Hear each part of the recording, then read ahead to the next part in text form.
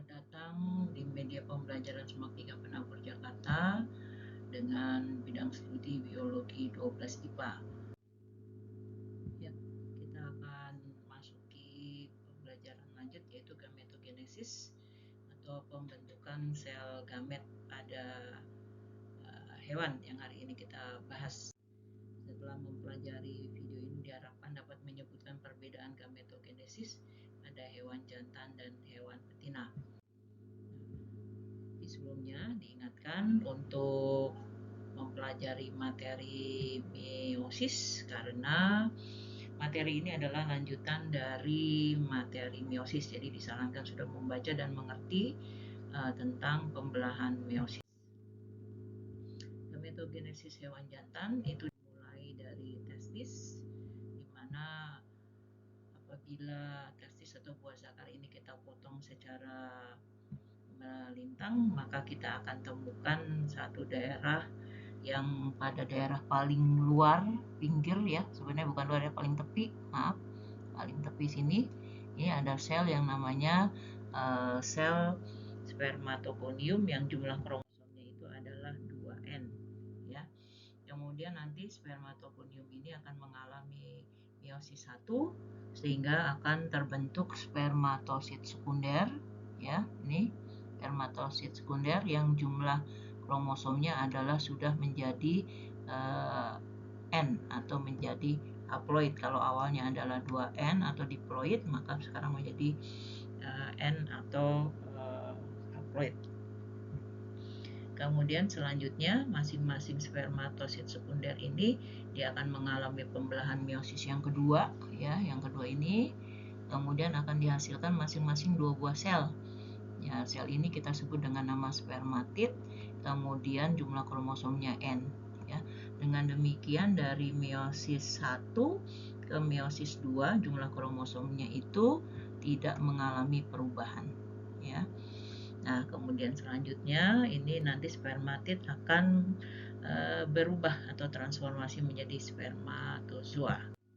Oke, untuk oogenesis kita mulai dari ovarium yang kita lihat ini ada 2 buah, ya, di kanan kiri dari rahim. Jadi dimulai dari ovarium inilah proses oogenesis terjadi. Ini kita mulai dari bagian yang paling tepi daerah ini, ya. Ini ada sel, ya, ada sel yang namanya sel oogonium yang jumlah kromosomnya 2N, kemudian ini menggandakan diri secara mitosis. Jadi tetap 2N, dan apabila kita ambil salah satu oogonium, kemudian oogonium ini melakukan meiosis 1, maka akan dijumpai oosit sekunder, ya, dan badan polar body 1, ya. Ini badan polar body 1. Dan kromosomnya kita lihat ini jumlahnya masing-masing adalah N, jadi sudah setengahnya dari awal, ya.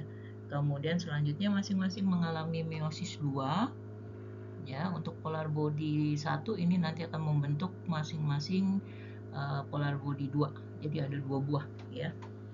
Kemudian untuk yang oosit sekunder ini akan membentuk ootid yang nanti akan berubah jadi ovum dan juga akan menghasilkan polar body yang kedua, ya, akan membentuk polar body yang kedua.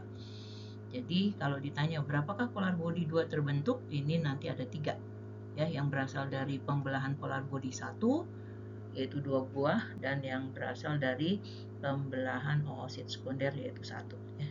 Tapi semuanya ketiga-tiganya mengalami degenerasi atau mengalami kematian.